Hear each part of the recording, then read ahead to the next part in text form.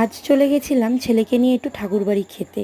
আর প্রথমেই পাতে পড়ে গেল একদম গরম গরম সাদা ভাত, আর তার সাথে ছিল মুসুরির ডাল ঘন করে কাঁচা লঙ্কা ফোড়ন দেওয়া। খুব টেস্ট হয়েছিল, একটু মিষ্টি মিষ্টি। আর ছিল সব দিয়ে ছ্যাঁচড়া, বা অনেকে পাঁচ তরকারি বা ঘ্যাটও বলতে পারে। এটা দারুণ হয়েছিল খেতে, সব দিয়ে একটা বড় বড় করে বড়ি দিয়ে দারুণ হয়েছিল।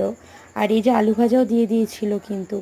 আর তার সাথে ছিল, আর এর সাথে ছিল একদম নিরামিষ ঘ্যাটের মানে আলু পটলের তরকারি, দারুণ টেস্ট হয়েছিল।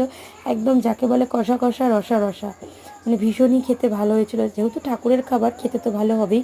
আর এই যে আমিত্তি পড়ে গেছিলো পাতে, আর পড়ে গেছিলো কিন্তু আমের টকটক মিষ্টি মিষ্টি চাটনি। আর ছিল তার সাথে একদম গরম গরম ধোয়া ওঠা পায়েস। পায়েসটাও কিন্তু দুর্দান্ত হয়েছিল, কাজু কিশমিশে একেবারে ভরা। আর শেষ পাতে ছিল পাঁপড়। কেমন